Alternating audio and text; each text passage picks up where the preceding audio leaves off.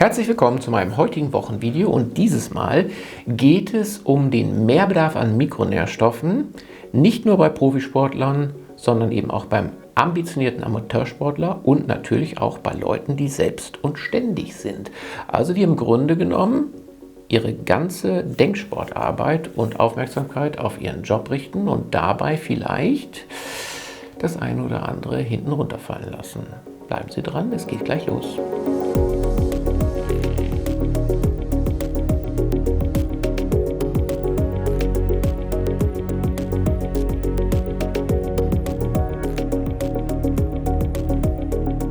Wer kennt das nicht? Am Anfang der Saison war noch alles toll. Und je mehr man im Training ist, je mehr man im Wettkampfmodus ist, umso weniger sind die anfangs erreichten Leistungen abrufbar.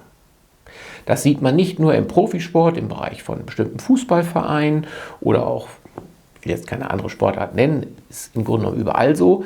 Und man sieht auch anhand von Studien, dass am Anfang der Saison im Grunde genommen die Versorgung mit Mikronährstoffen deutlich besser ist als im Verlauf der Saison. Das liegt daran, dass wenn ich nicht darauf achte, was mir fehlt und dieses dem Bedarf entsprechend nachlege, dann über die vermehrte Inanspruchnahme der Substanzen und auch den Verlust über den Schweiß oder auch über die Magen-Darm-Schleimhaut diese Substanzen vermehrt ausgeschieden werden.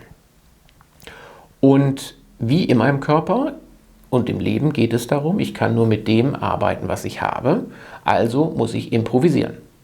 Und die Natur ist extrem intelligent und kann, um eine Krise zu überleben, sehr lange improvisieren. Es gibt auch Menschen, die haben ein super Mindset. Im Profisport ist das so, dass es nicht nur den Arzt gibt und den Physiotherapeuten, sondern es gibt auch den Mind-Coach im Grunde genommen, der einen dazu befähigt, dass man über seine Grenzen geht, um sozusagen noch eine Hundertstelsekunde mehr herauszuholen und das erste Treppchen auf der Siegertreppe zu erklimmen. Bei Selbst und Ständigen, die ein Unternehmen führen und auch eine nicht unerhebliche Präsenz haben, um erreichbar zu sein, wenn irgendwas schief läuft, haben so einen Beraterstab in der Regel nicht um sich herum. Und gehen daher mitunter auch etwas nachlässig mit sich um. Das heißt, es wird mal schnell zwischendurch was gegessen, es gibt ja diesen sogenannten Riegel, Maß macht mobil bei Arbeit, Sport und Spiel oder bringt verbrauchte Energie zurück oder so, um jetzt mal aus der Werbebranche zu klappern. Aber es wird dann eben ein aufmunternder Kaffee dazu getrunken, die Faserstoffe, das Gemüse, die Zeit für das Essen finden nicht so richtig statt. Abends kommt man nach Hause, will sich entspannen, gönnt sich vielleicht für die Arbeit des Tages noch eine Kleinigkeit, die nicht immer gesund ist, schläft dann auch mit einer verminderten Regenerationszeit, ist dann trotz ausreichenden Schlafes mitunter nicht entsprechend erholt. Und auch bei dem Sportler ist es so, dass sich im Grunde genommen über die Zeit die ersten Wehwehchen einstellen, die Verletzungswahrscheinlichkeit ansteigt, dass auch die Gelenke vom Knorpel her, die eine Regenerationszeit von 3 Monaten haben, würde man sich darum kümmern, die ausheilen zu lassen, ist die Sportwettkampfsaison vorbei. Also muss man auch dort Lösungen haben, die jenseits von Cortison und NSAR, also nicht steroidalen Antirheumatika, stehen, um eben nicht Schindluder mit der Gesundheit zu betreiben. Erst gestern habe ich gehört, Khedira mit 34 hört auf, Sport zu machen, weil sein Körper nicht mehr mitmacht. Ist natürlich für Profisport im Fußball auch ein Alter, wo das nicht ungewöhnlich ist aber ein sehr gutes Beispiel dafür, dass eben Sport, wenn er denn so intensiv betrieben wird, wirklich auch in Anführungsstrichen Mord sein kann an der Gesundheit und dass eben auch viele Sportler, die wir jetzt hier nicht ansprechen wollen, durch diese Anforderung und auch viele Selbstständige in eine Erschöpfung oder Burnout-Situation kommen.